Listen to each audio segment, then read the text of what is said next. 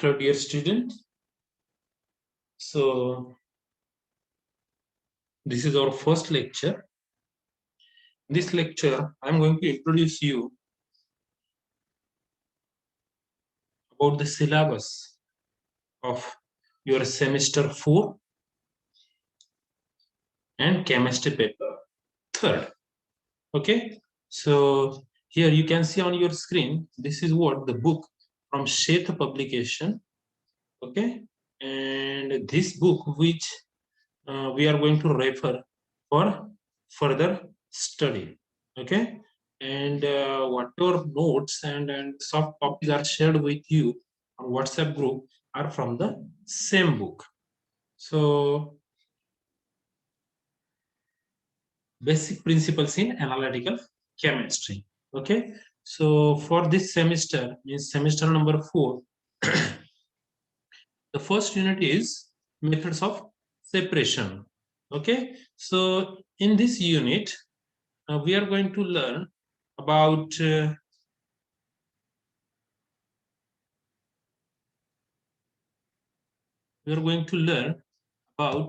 introduction to analytical separation and its importance in analysis. Okay, uh, how we are carrying out the separation. Okay, just a brief introduction of that and why that is important in analysis. Okay, so after that we are going to see the estimation of analyte.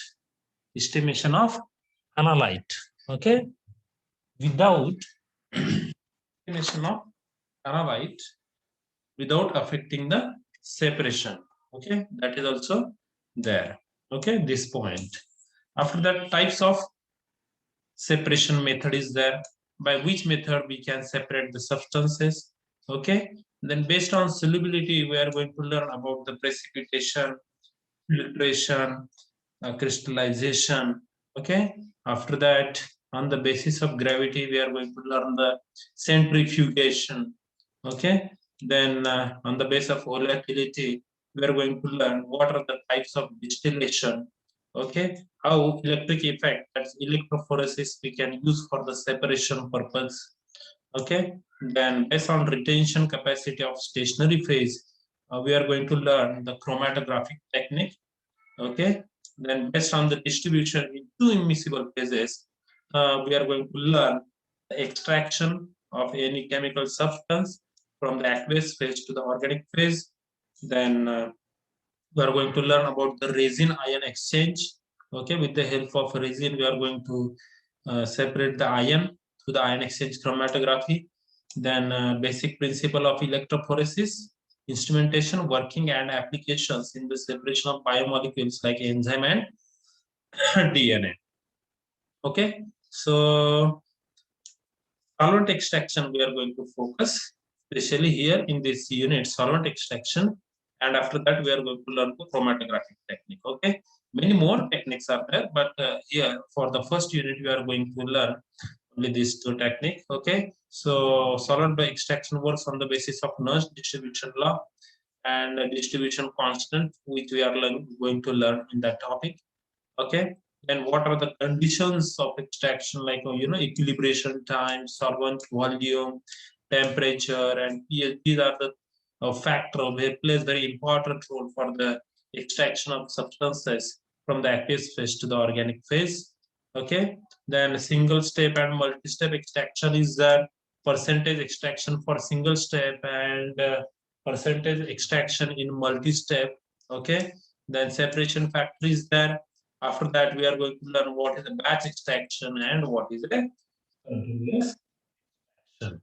Okay, now after learning this, we are going to learn the chromatographic technique, in which what is meant by chromatography and introduction of the chromatography is there.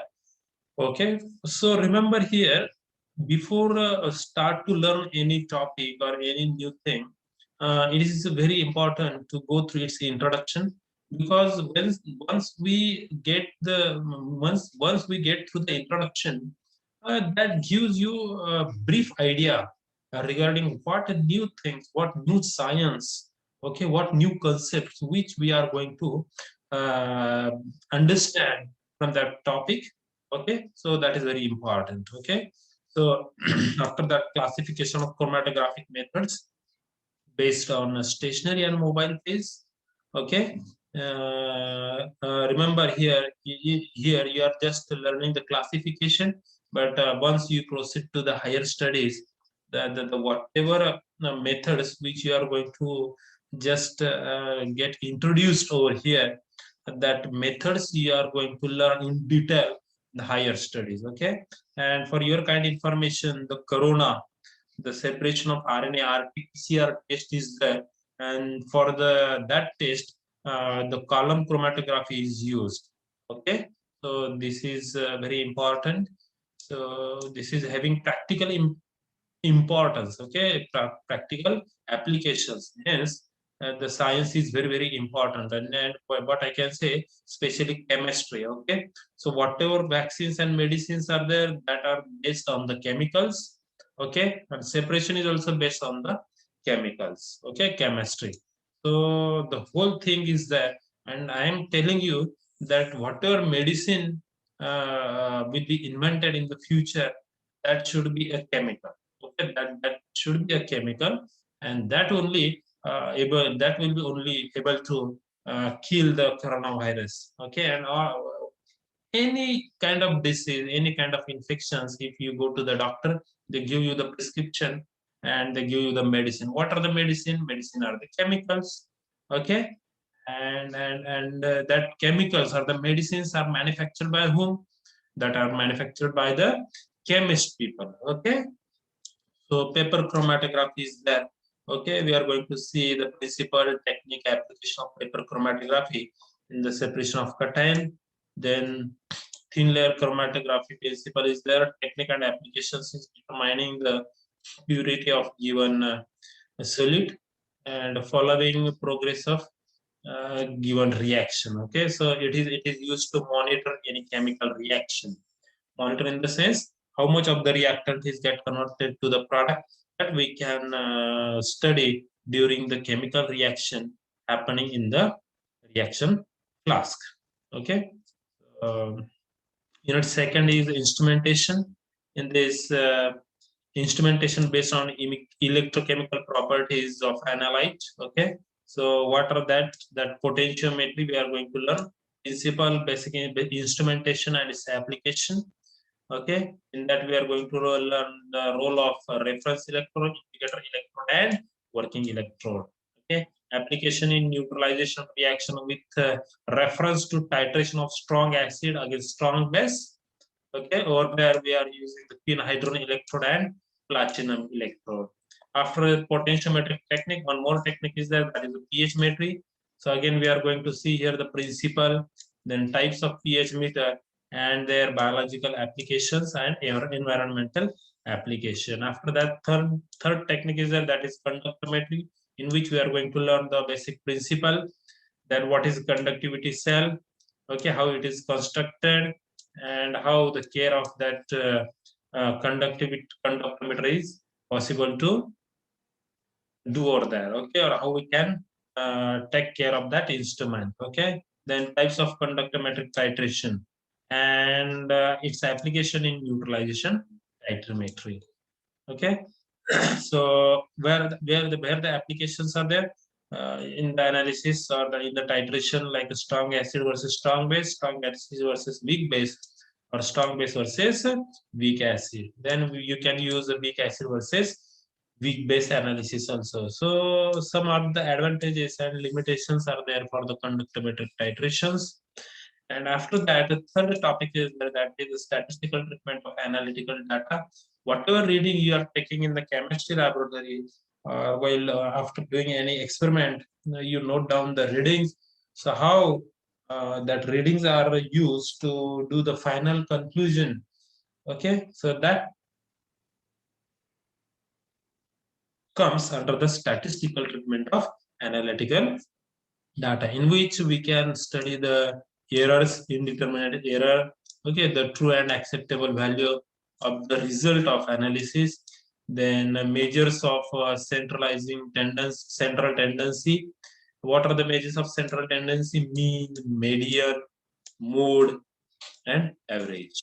Okay. What are the measures of dispersion? Deviation, standard deviation, variance, and coefficient of variance. Okay. After that, distribution of random error. Then what is that? Gaussian distribution curve. Then equation and salient feature of Gaussian distribution curve. How it helps to do the statistical analysis of the set of data that help us to understand the experiment and to conclude the result. Okay. Then what is a confidence limit and confidence interval? So that we are going to learn through the student test, then using range, then using population standard deviation. Okay. And whatever result you will get in your hand, whether that result is acceptable, doubtful, or need to be rejected, that we are going to learn through the 2.5D rule and 4.0D rule, and Q test is there. Okay. How can test the significance? Significance is tested with the help of null hypothesis and F test, that is variance ratio test. Okay. Then some graphical representation of data and obtaining best fitting straight line. So method of averages is there, then method of least square is there. Okay. So for a line passing through origin, method of averages we are learning by line passing through the origin and the line not passing through the origin. Okay. And how we are studying the least square method for a line passing through the origin and for a line not passing through the origin. Okay. And after that, numerical problems are there. Okay. So this is what all about your syllabus. Okay. After this or after this lecture, we are going to start our first unit, that is methods of separation. Okay. So I think this is enough for this lecture. I would suggest you to listen this lecture twice, thrice. Once you are getting acquainted with your syllabus, once you get familiar with your syllabus, so learning the things in the lectures which we are going to continue after this, that would be the more easier. So it is better to learn this lecture again and again.